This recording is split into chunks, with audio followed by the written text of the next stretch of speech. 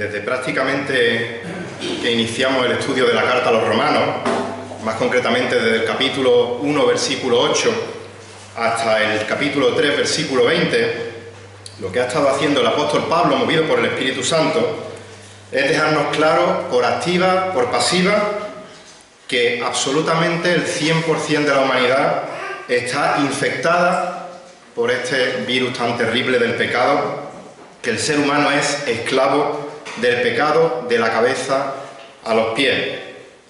Nuestra naturaleza, nuestro hablar, nuestro comportamiento, absolutamente cada rincón de nuestro ser está manchado por el pecado. Por otro lado, también sabéis que las Escrituras nos revelan que Dios es perfecto en todos y cada uno de sus atributos. Él es perfectamente santo y por lo tanto aborrece el pecado.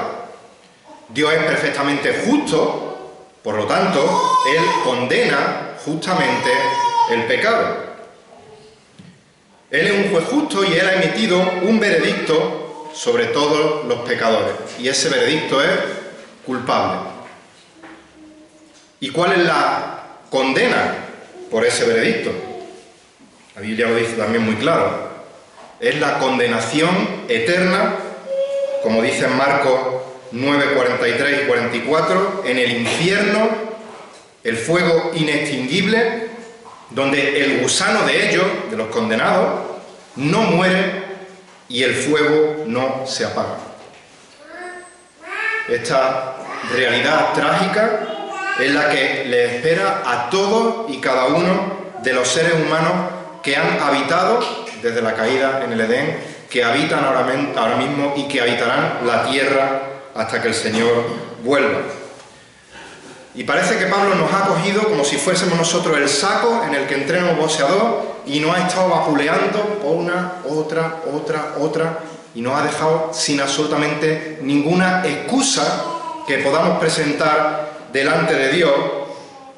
Nos ha dejado claro que no hay ningún mérito propio, ningún esfuerzo humano, ningún atajo, ninguna trampa, ningún soborno que podamos hacer a Dios para librarnos de nuestro merecido castigo por la eternidad. Y después de habernos llevado a lo más hondo del foso profundo, oscuro de la desesperación, ahora surge una luz gloriosa de esperanza que nos hace caer rendidos ante la gracia y la misericordia de Dios. Pablo nos dice, sí hay esperanza para tu desesperanza. No es una ilusión, no es como aquel que juega la lotería de Navidad y espera a ver si le toca, sino que es una esperanza cierta, es segura. No puede ser boicoteada, no puede ser estorbada por nada ni nadie en la creación. No solo porque los decretos de Dios son perfectos, sino porque los decretos de Dios son inamovibles. Dios provee al ser humano de perdón de pecado, Dios ofrece la regeneración espiritual, Dios ofrece la restauración de la amistad que se perdió en la caída en el Edén, la certeza de una gloriosa eternidad con Él en el cielo. Y todo esto gracias al tema central de este texto, que es la justificación por medio de la fe en Jesucristo. Si me acompañáis a Romanos capítulo 3, vamos a leer los versículos del 21 al 31, un texto con una profundidad teológica increíble, un texto con el que podríamos estar todo el año y no terminaríamos, y varios años y no terminaríamos. Pero hoy no lo vamos a terminar. Hoy vamos a ver hasta el versículo 24 y lo vamos a leer entero para tener el contexto completo. Romanos capítulo 3, versículos 21 hasta el final del capítulo, hasta el 31. Leo la versión de las Américas, dice el apóstol Pablo, movido por el Espíritu: pero ahora, aparte de la ley, la justicia de Dios ha sido manifestada, atestiguada por la ley y los profetas. Es decir, la justicia de Dios por medio de la fe en Jesucristo para todos los que creen, porque no hay distinción. Por cuanto todos pecaron y no alcanzan la gloria de Dios, siendo justificados gratuitamente por su gracia, por medio de la redención que es en Cristo Jesús, a quien Dios exhibió públicamente como propiciación por su sangre a través de la fe, como demostración de su justicia, porque en su tolerancia Dios pasó por alto los pecados cometidos anteriormente, para demostrar en este tiempo su justicia, a fin de que el que sea justo y sea el que justifica, de que Él sea justo y sea el que justifica al que tiene la fe en Jesús. Versículo 27. ¿Dónde está pues la jactancia? Queda excluida. ¿Por cuál ley? ¿La de las obras? No, sino por la ley de la fe. Porque concluimos que el hombre es justificado por la fe aparte de las obras de la ley. ¿O es Dios el Dios de los judíos solamente? ¿No es también el Dios de los gentiles? Sí, también de los gentiles. Porque en verdad Dios es uno, el cual justificará en virtud de la fe a los circuncisos y por medio de la fe a los incircuncisos. Versículo 31. ¿Anulamos entonces la ley por medio de la fe? De ningún modo. Al contrario, confirmamos la ley. Hasta aquí la palabra del Señor. Este texto es el corazón de la epístola de los romanos. Este texto es, si no el más importante, uno de los más importantes de toda la Biblia. Y si en el pasaje anterior recordábamos o veíamos 5 aspectos de la pecaminosidad del ser humano que nos movían a glorificar a Dios por una salvación tan grande, en este texto vamos a encontrar 7 aspectos de la justificación por la fe que también nos mueven a glorificar a Dios por una salvación tan grande.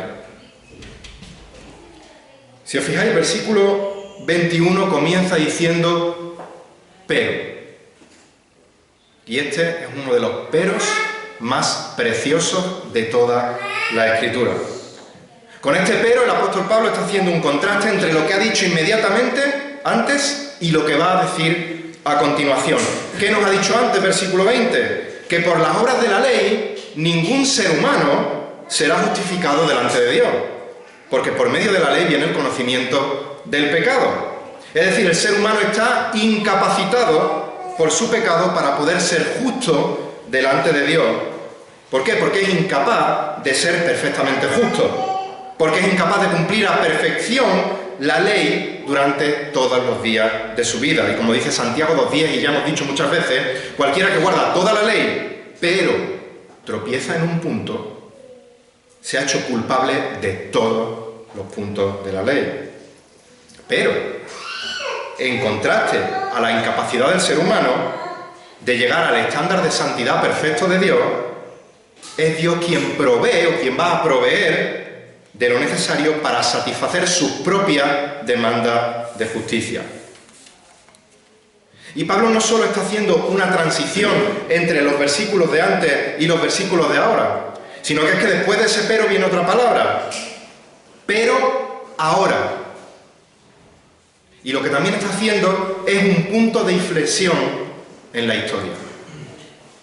No solo hace una transición entre el versículo 20 y el versículo 21, sino que hace una transición histórica entre antes de que Jesucristo viniera y después de que Jesucristo viniera. Este ahora, en el original, se puede traducir como en el tiempo actual en el que estaba escribiendo el apóstol, haciendo referencia a la primera venida de Cristo. Y esto nos lleva al primer aspecto de la justificación por la fe, que nos mueve a glorificar a Dios por una salvación tan grande. Y es que en el versículo 21 se nos dice que la justificación por la fe es aparte de la ley. La justificación por la fe es aparte de la ley. Versículo 21, pero ahora, aparte de la ley, la justicia de Dios ha sido manifestada. Antes de la encarnación del Hijo de Dios, la ley condenaba al ser humano. Lo acabamos de leer hace un momento en Romanos 3:20. Porque por las obras de la ley ningún ser humano será justificado delante de él, pues por medio de la ley, ¿qué es lo que viene? El conocimiento del pecado. Recordad, gran parte de los receptores de esta carta eran judíos. Y muchos de estos judíos vivían autoengañados, porque ellos eran expertos cumplidores de la ley, al menos de manera externa. Pero como digo, vivían autoengañados, creyendo que por el mero hecho de ser descendientes de Abraham, por el hecho de pertenecer al pueblo escogido de Dios, por el hecho de ser los privilegiados en tener la ley en sus manos, de ser los custodios de la ley, los guardianes de la ley, los expositores de la ley, por el hecho de cumplir ritos externos, como por ejemplo la circuncisión, creían que podían alcanzar la justicia de Dios por méritos propios. Los gentiles también vivían autoengañados. Ellos tenían sus dioses y cada uno de sus dioses mandaba una serie de demandas, de obras que ellos tenían que cumplir para estar a bien con sus dioses. Tenían que tener una justicia propia para satisfacer la justicia de sus dioses. Pero Pablo va a desmentir el autoengaño tanto de judíos como gentiles diciendo, mirad, la justicia es aparte de la ley. La justicia no se obtiene, la justicia de Dios no se obtiene por guardar los mandatos de la ley. La justicia de vuestros dioses no se obtiene, primero porque no existen esos dioses, pero la justicia de Dios no se obtiene si eres gentil por guardar tampoco cierto cumplimiento de la ley. La ley, Romanos 4:5, dice que produce ira, no justificación. Romanos 5:20 dice que la ley se introdujo ¿para qué? Para que abundara la transgresión. Dice la Reina Valera, para que el pecado abundara. Es decir, para que te muestre a ti la pecaminosidad de tu pecado. Te condena la ley, no te salva. Pero ahora, cuando vino la plenitud del tiempo, como dice Gálatas 4:4, aparte de la ley, es decir, independientemente de la obediencia, del cumplimiento de cualquier precepto de la ley, la justicia de Dios ha sido manifestada. ¿Y qué es la justicia de Dios? Es la rectitud perfecta, moral de Dios. Ya lo vimos cuando estuvimos estudiando que no hay justo ni aun uno, no hay quien llegue a esa justicia perfecta, a esa demanda, ese estándar de moralidad perfecto de Dios. ¿Por qué? Porque estamos afectados por el pecado. Y entonces, ¿cómo son nuestros actos de justicia humana delante de Dios? Lo sabéis, dice Isaías 64:6, que son como trapo de inmundicia nuestras obras justas. Filipenses capítulo 3, versículos 4 al 9. ¿Qué dice el apóstol Pablo de sí mismo? Filipenses 3, del 4 al 9. Dice Pablo, aunque yo mismo podía confiar también en la carne, si algún otro cree tener motivo para confiar en la carne, yo mucho más. Circuncidado el 8º día, del linaje de Israel, de la tribu de Benjamín, hebreo de hebreo, en cuanto a la ley, cuidado, fariseo, en cuanto a celo, perseguidor de la iglesia, en cuanto a justicia de la ley, en cuanto al cumplimiento de la ley, hallado irreprensible.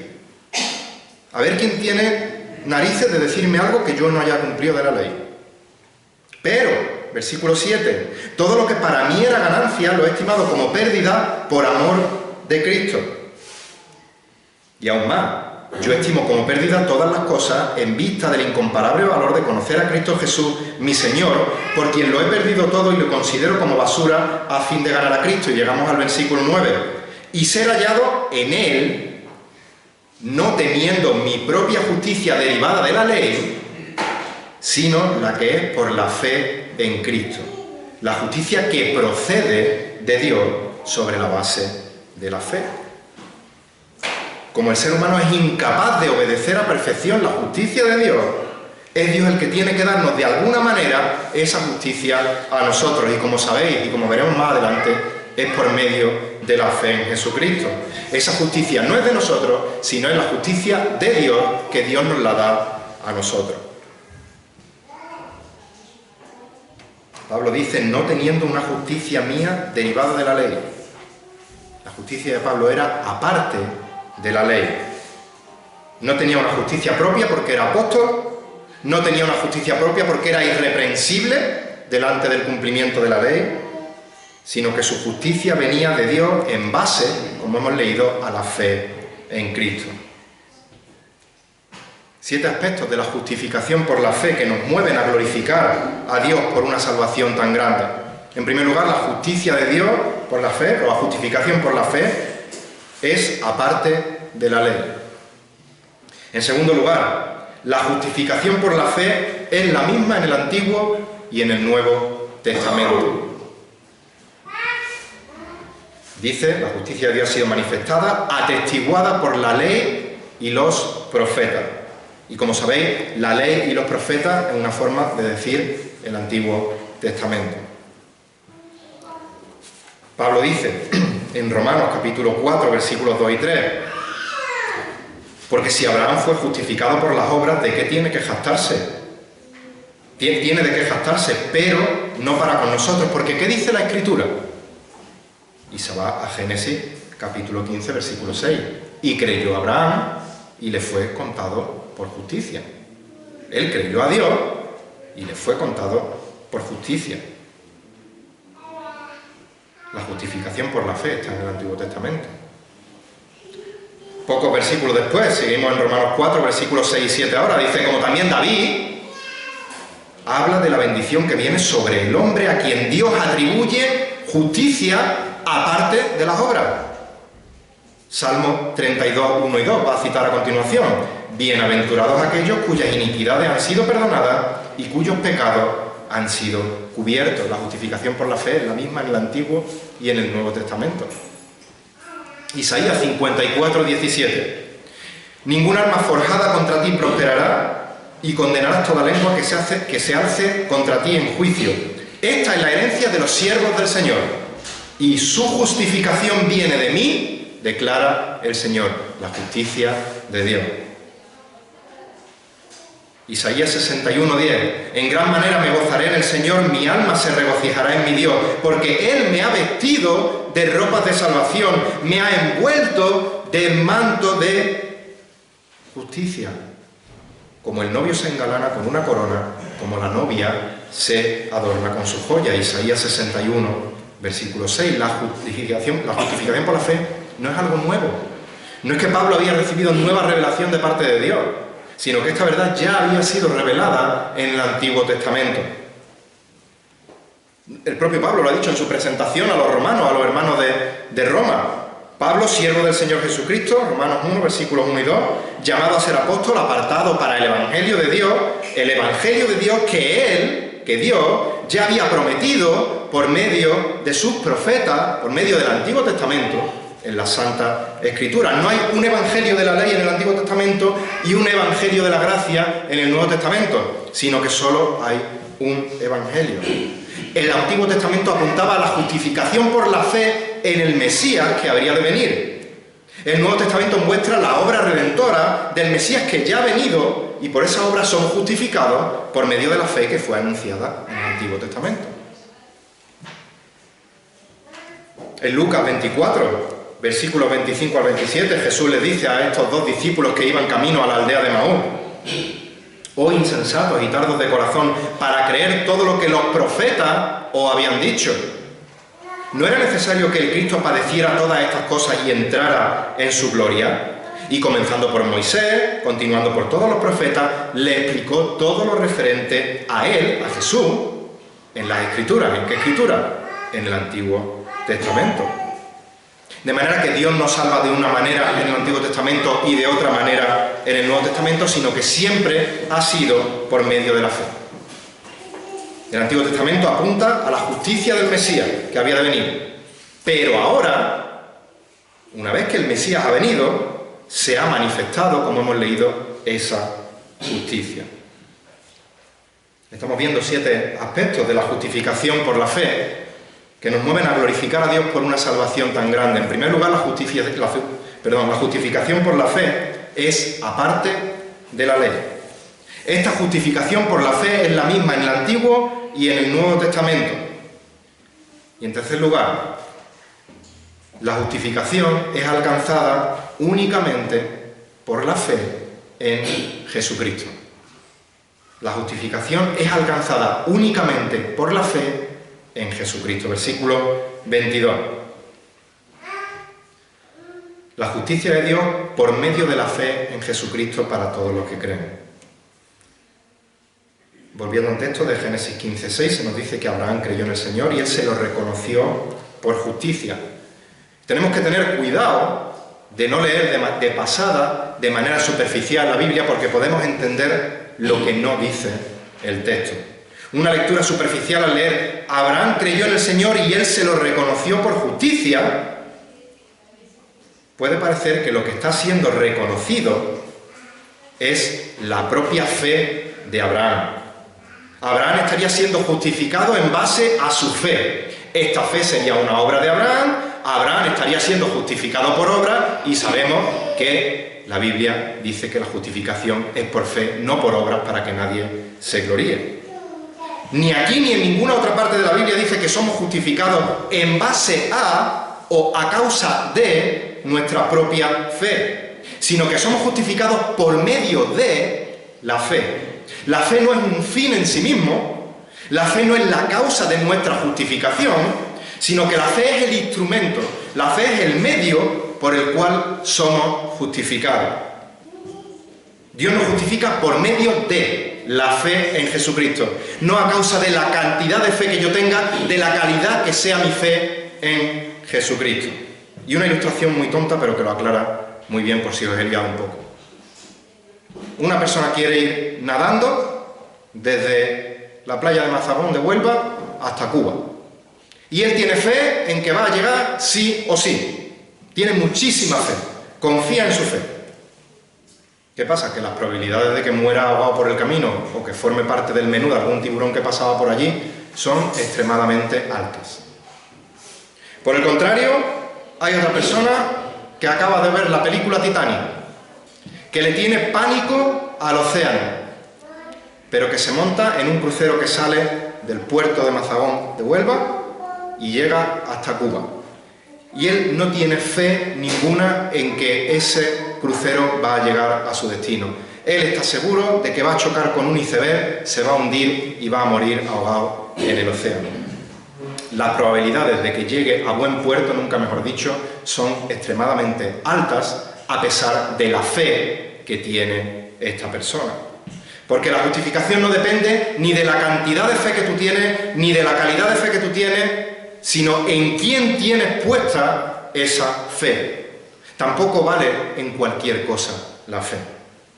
No vale en los santos, no vale en una pata de conejo, sino que la justificación es únicamente por medio de la fe en Jesucristo. Jesús dijo, yo soy el camino, no un camino, y hay otros, no. El único camino, yo soy la verdad y la vida, y nadie viene al Padre sino por mí.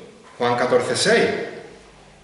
Hechos 4:12 declara que en ningún otro hay salvación, porque no hay otro nombre en el cielo o bajo el cielo dado a los hombres en el cual podamos ser salvos. Primera de Timoteo 2:5 dice que hay un solo Dios y también un solo mediador entre Dios y los hombres. ¿Quién? Cristo Jesús, hombre. Solo hay un camino para ser justificado delante de Dios y ese camino es Jesucristo. Ahora la pregunta es, ¿cómo sé yo si mi fe en Jesucristo no es que sea mejor ni peor, sino saber si mi fe es verdadera o si mi fe es falsa? Bueno, ya vimos hace 2 jueves en Santiago que el verdadero creyente no es un simple oyente del Maestro, sino que es un discípulo, es un hacedor obediente a la palabra.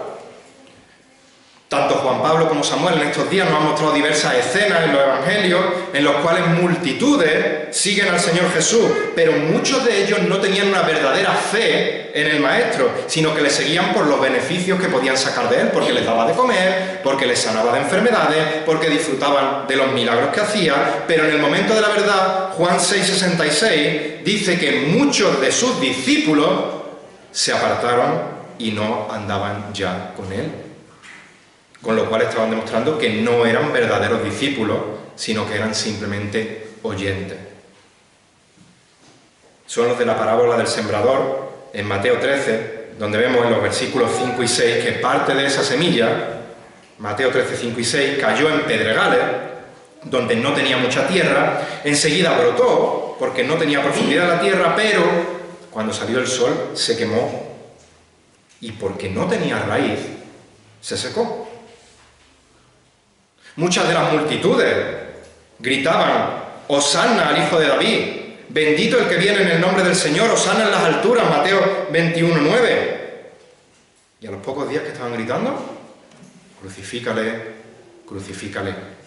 Esa profesión de fe que declaraban que Jesús era el Rey era una profesión de fe falsa. ¿Cómo sé si mi fe es auténtica? Jesús deja claro quiénes son sus verdaderos discípulos. Juan 8:31. Si vosotros permanecéis en mi palabra, verdaderamente sois mis discípulos. La verdadera fe se manifiesta en una vida transformada por la palabra. Por eso termina diciendo el versículo 22, la justicia de Dios por medio de la fe en Jesucristo para todos los que ¿qué? Los que creen. Para todos. Judío, gentil. Hombre, mujer. Libre, esclavo. Para todo en el que cree. No hay acepción de personas en la justificación por la fe. Está disponible para todos los que creen. Pero, ¿qué significa creer? Implica obediencia a Cristo. ¿Por qué? Porque has creído y has confesado que Él es tu Salvador, sí, pero que también Él es tu Señor. Y eso te convierte en su esclavo. Un esclavo que voluntariamente obedece a Cristo por amor. Romanos 6, 17 y 18. Pero gracias a Dios, que aunque erais esclavos del pecado, os hicisteis obedientes de corazón a aquella forma de enseñanza a la que fuisteis entregados. Y habiendo sido libertados del pecado, os habéis hecho siervos de la justicia. Así que Romanos 10, 9. Si confiesas con tu boca a Jesús por Señor, es decir, que eres esclavo de su justicia, que Él es tu amo, que eres tu Señor, y crees en tu corazón que Dios le resucitó de los muertos, es decir, tienes fe en su obra de redentora, entonces ten por seguridad que serás salvo. La obediencia a Cristo es señal de que tu fe es verdadera, y la justificación solo es por la fe en Cristo. Un cuarto aspecto de la justificación por la fe que nos mueve a glorificar a Dios por una salvación tan grande. Hemos visto que la justificación por la fe es aparte de la ley, es independiente de la ley, que la justificación por la fe se sustenta en el Antiguo Testamento, es la misma en el Antiguo Testamento que en el Nuevo Testamento, que la justificación por la fe es alcanzada únicamente por la fe en Jesucristo. En cuarto lugar, la justificación por la fe es necesaria para toda persona. Versículo 23, por cuanto todos pecaron y no alcanzan la gloria de Dios. Por si no hubiese quedado claro, desde el 1.8 al 3.20, que toda la humanidad está condenada por su pecado, ahora nos vuelve a recordar que todos hemos pecado. ¿Y cuál es el peor resultado que puede traer el pecado al ser humano? Que ninguno, absolutamente ninguno, por sí mismo puede alcanzar la gloria de Dios, que todos estamos destituidos de la gloria de Dios. En el texto original dice literalmente que quedan cortos de la gloria de Dios. Mira, en nuestro piso tenemos, y lo tendréis muchos de vosotros, un escalón pequeñito de plástico, el cual mis hijos desde pequeñitos han usado para llegar al lavabo, para poder lavarse los dientes, para poder lavarse la cara. ¿Por qué? Porque no llegaban, no alcanzaban, quedaban cortos de llegar al lavabo. Necesitaban un escalón, la ayuda de ese escalón para poder llegar al lavabo. El ser humano, por su pecado, ha sido destituido de la gloria de Dios, del acceso a la presencia gloriosa de Dios. No alcanzan la gloria de Dios. No hay mérito ninguno que le sirva de escaloncito, de escalera, de ascensor o de cohete hacia la gloria de Dios. No puede alcanzar la gloria de Dios. Y no alcanzar la gloria de Dios no significa, bueno, pues como no alcanzó la gloria de Dios, me quedo en la tierra. No. Sino que más adelante el apóstol nos dirá en el 6.23 que la paga del pecado es muerte. Y la muerte se refiere aquí a condenación eterna en el infierno para todo aquel que muere sin Cristo. 7 aspectos de la justificación por la fe que nos mueven a glorificar a Dios por una salvación tan grande. La justificación por la fe es aparte de la ley, es la misma en el Antiguo, en el Nuevo Testamento. Esta justificación solo es alcanzada solo y únicamente por la fe en Jesucristo y nadie más. Es necesaria esta justificación para toda persona. Y en quinto lugar, la justificación por la fe es por la gracia de Dios. Versículo 24, siendo justificado gratuitamente por su gracia. Llegamos al corazón. Llegamos a la justificación. Versículo 24, siendo justificado. Y lo primero que tenemos que aclarar es lo que no es la justificación. Lo que no dice este versículo al decir siendo justificado. Pablo nos está diciendo, el ser humano pecador que se arrepiente, descansa en la obra redentora de Jesucristo, por la fe, confiesa sus pecados, acepta a Cristo como Señor y Salvador, en ese momento es regenerado y en ese momento es hecho justo delante de Dios. Eso no está diciendo el versículo. Cuando el creyente es regenerado, inmediatamente es justificado, sí, pero no es hecho justo. No te conviertes en alguien justo, sino que eres declarado justo, lo cual es algo completamente diferente. Una cosa es la regeneración y otra cosa muy distinta, la justificación, y tenemos que tener esa diferencia muy clara. La regeneración sí implica un cambio espiritual interior en nosotros. Nosotros somos hechos de muerte a vida, pero la justificación no nos hace ser injustos y ahora somos hechos de dentro a fuera justos. No, somos declarados justos. Mira, John Murray, en su libro La redención consumada y aplicada, hace una distinción muy clara entre regeneración y justificación. Y cito textualmente: la regeneración es un acto de Dios en nosotros. La justificación es un juicio de Dios acerca de nosotros. La distinción es como la que existe entre un acto de un cirujano y un acto de un juez. El cirujano, cuando extirpa algún cáncer del interior, hace algo en nosotros. Esto no es lo que hace el juez. El juez emite un veredicto respecto a nuestra situación judicial. Si somos inocentes, él se pronuncia en ese sentido. Justificar significa declarar o dictaminar que alguien es justo. Cuando un juez, por ejemplo, declara a alguna persona justa en términos de la ley que está administrando, dicho juez sencillamente declara lo que encuentra como una realidad. No le otorga a la persona su condición de justicia.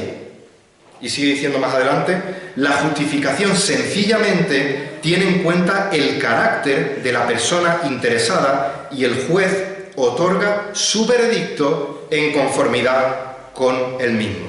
Él justifica a los justos. Y hasta aquí la cita de John Murray. Por lo tanto, la función del juez no es hacer que la gente sea justa. El trabajo del juez únicamente es emitir un veredicto justo. Es decir, declarar justo al que es justo, declarar culpable al que es culpable. Como por ejemplo vemos en Deuteronomio 25.1. Dice Deuteronomio 25.1, si hubiere pleito entre algunos y acudieran al tribunal para que los jueces juzguen, estos absolverán al justo y condenarán al culpable.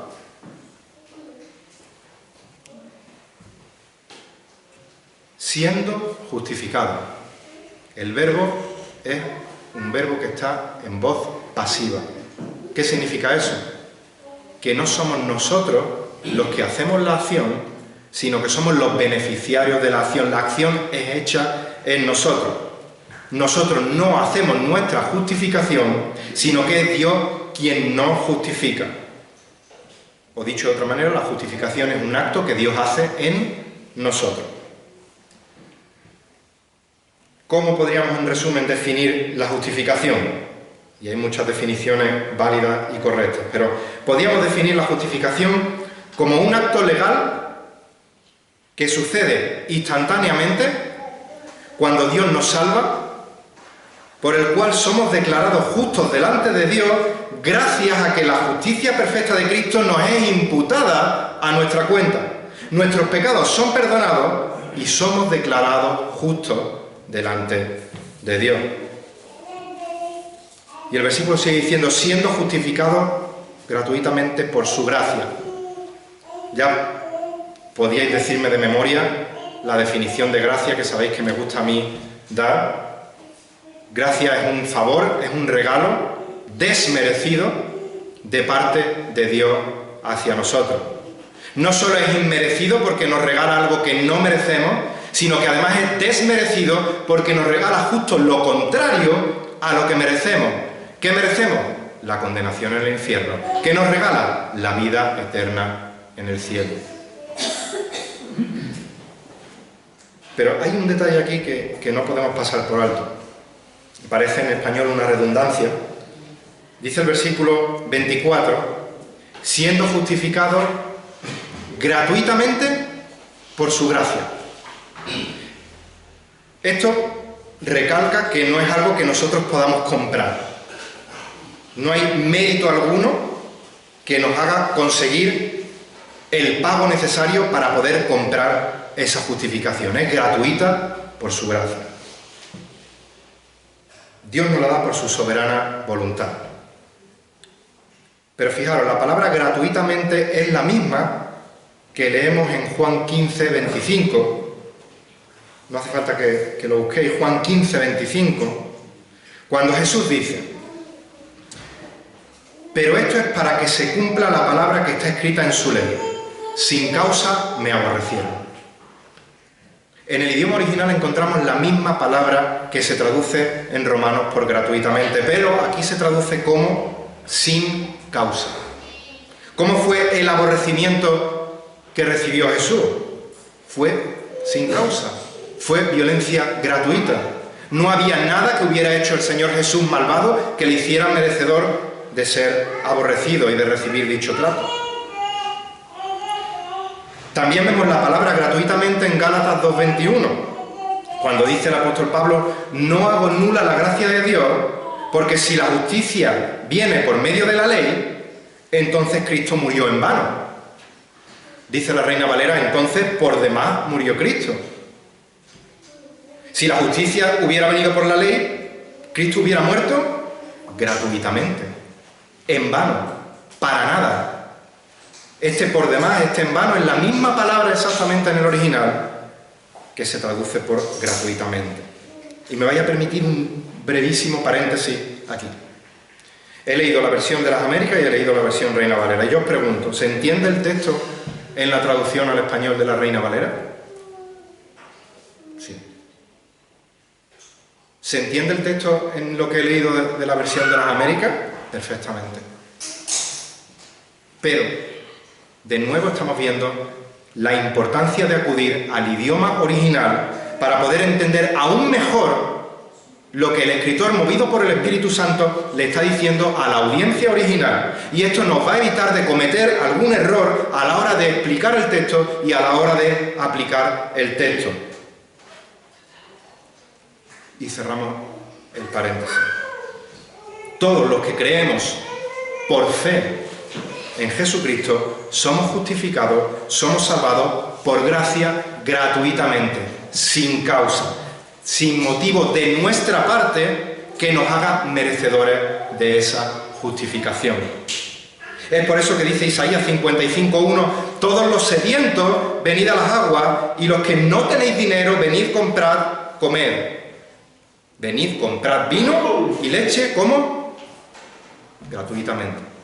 Aquí no usa esa misma palabra. Dice, sin dinero y sin costo alguno. Isaías 55:1. La justificación la recibimos sin costo alguno por nuestra parte. Pero como hemos dicho muchas veces, que la justificación, que la salvación para nosotros sea gratis, no significa que para Dios sea barata. Y esto lo vemos a continuación en el quinto aspecto de la justificación por la fe que nos mueve a glorificar a Dios por una salvación tan grande. La justificación es aparte de la ley, es la misma en el Antiguo, en el Nuevo Testamento, solo y únicamente a través de la fe en Jesucristo. La justificación por la fe es necesaria para todas las personas. Y disculpadme, dejaremos el sexto aspecto porque se hace demasiado grande el texto, pero vamos a seguir en un detalle que me he pasado de la justificación por la gracia de Dios. Los dos últimos los dejaremos para la semana que viene. Sigue diciendo el versículo 24, seguimos que la justificación por la fe es por la gracia de Dios, perdonad si os he confundido o he liado. Dice, siendo justificados gratuitamente por su gracia, y ahora dice, por medio de la redención que es en Cristo Jesús. La palabra redención significa literalmente rescate mediante el pago de un precio. Este término, lo sabéis, era usado muy frecuentemente en aquella época en el mercado de esclavos. Cuando una persona era redimida, lo que hacía la persona es que pagaba el precio para liberarle del mercado de esclavos. Aunque tristemente en muchos casos esa liberación no le llevaba a una mejor vida, sino que le llevaba a un peor sitio a lo mejor. Pero es el significado, pagar el precio para rescatar a alguien o algo. Nosotros somos esclavos del pecado. Nosotros por nosotros mismos no podemos pagar el precio para ser liberados de la esclavitud del pecado. Pero Dios nos redimió, Dios nos liberó, Dios nos rescató, Dios compró nuestra libertad gracias al pago del precio de la muerte de Jesucristo en la cruz del Calvario. Dice Primera de Pedro, capítulo 1, versículos 18 al 19. Primera de Pedro 1, 18 y 19.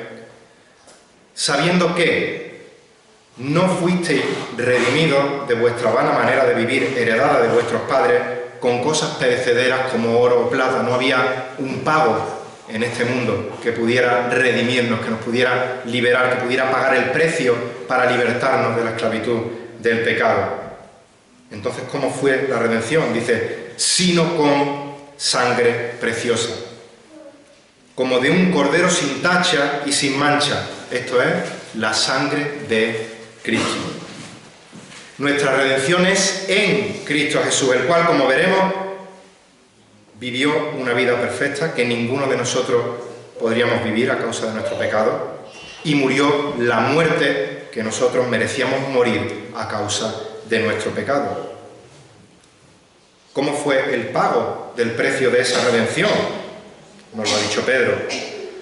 Por la muerte del Cordero de Dios, el Hijo de Dios encarnado, nuestro Señor Jesucristo, el cual pagó en la cruz del Calvario por nuestros pecados.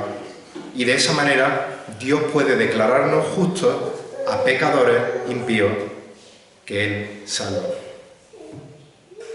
Pero profundizaremos en esto, si Dios quiere, el próximo domingo, que continuemos en la carta a los romanos con estos dos últimos aspectos de la justificación por medio de la fe que nos mueven a glorificar a Dios por una salvación tan grande. Ahora bien, no quiero terminar sin hacer un llamado al arrepentimiento a todo aquel que ahora mismo esté escuchando, tanto aquí como por la cámara, y aún no sea salvo. El Espíritu Santo, a través de Pablo, por activa, por pasiva, te lo está diciendo una y otra vez. Tu situación sin Cristo es desesperada.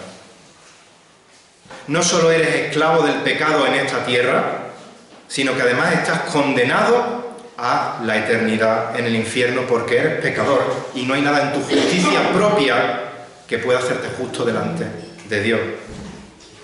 Así que mi ruego, y un ruego desesperado también, es que ores a Dios pidiéndole que Él te dé fe para poder creer en esta obra de redención del Señor Jesucristo en la cruz del Calvario, que te dé fe para poder acudir a los pies de Cristo arrepentido, arrepentida de tus pecados y reconocer, confesar al Señor Jesucristo no solo como Salvador, sino como Señor de tu vida. Y la palabra te asegura que la justicia de Cristo será imputada a tu cuenta. Que creas en el Señor Jesucristo y serás salvo. Y si ya, gracias a Dios, has sido redimido por la gracia de Dios. No olvides que Pablo le está escribiendo a creyentes. El Evangelio no es solo para aquellos que están sin Cristo, el Evangelio es para todos, para los creyentes también. Y dice la palabra de Dios, si tú ya has sido redimido por la sangre de Cristo, que yo, el que me está hablando, era un hijo de ira lo mismo que los demás. Y que tú eras un hijo de ira lo mismo que los demás. Y de no ser porque fuiste justificado gratuitamente por la gracia de Dios, por medio de la redención que es en Cristo Jesús, ahora mismo tu situación sería igual de desesperada que todo aquel que se encuentra sin Cristo.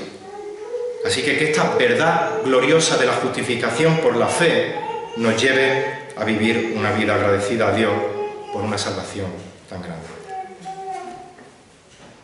Señor, no hay palabras que puedan salir de nuestro corazón, de nuestra boca, que den la suficiente gracia por la obra de tu Hijo Jesucristo a nuestro favor. Gracias por la obediencia que tu Hijo hizo cuando se encarnó y fue obediente desde el momento de su nacimiento hasta el momento de su muerte. Él expresó su voluntad, si era posible que pasase esa copa, que pasase, pero que no se hiciese su voluntad, sino la tuya. Gracias por el ejemplo de una vida dependiente del Espíritu, de una vida dependiente de la palabra, de una vida obediente a ti. Y gracias porque por medio de su sacrificio en la cruz del Calvario tenemos redención de nuestros pecados y podemos ser considerados, declarados justos delante de tu presencia. Podemos recuperar la situación de amistad que tenían Adán y Eva en el Edén antes de la caída, Señor. Sabemos y se nos dijo hace pocos días, que la fe es por el oír y el oír tu palabra, Señor. Yo no puedo convencer a nadie, ninguno de los presentes tenemos argumentos humanos por los que salvar, sino que es tu palabra la que sobrenaturalmente obra en los corazones de los perdidos, Señor. Y quiero rogarte, Señor, que si es tu voluntad, que tu evangelio predicado traiga de muerte a vida a todos aquellos que están escuchando la palabra y que tú añadas a tu iglesia a aquellos que han de ser salvos, Señor. Y agradecerte a los que ya formamos parte de tu iglesia, Señor, en especial a mis hermanos de esta iglesia local, que nos ayude a vivir vidas agradecidas, Señor, a esa obra que tú has hecho a nuestro favor, que nos ayudes a ser obedientes, Señor, a ser humildes, Padre, y a que lo hagamos todo, absolutamente todo, para tu gloria y también, como deseamos, para edificación de tu iglesia y para también rescate de los perdidos. A ti sea la gloria, en el nombre de Jesús. Amén.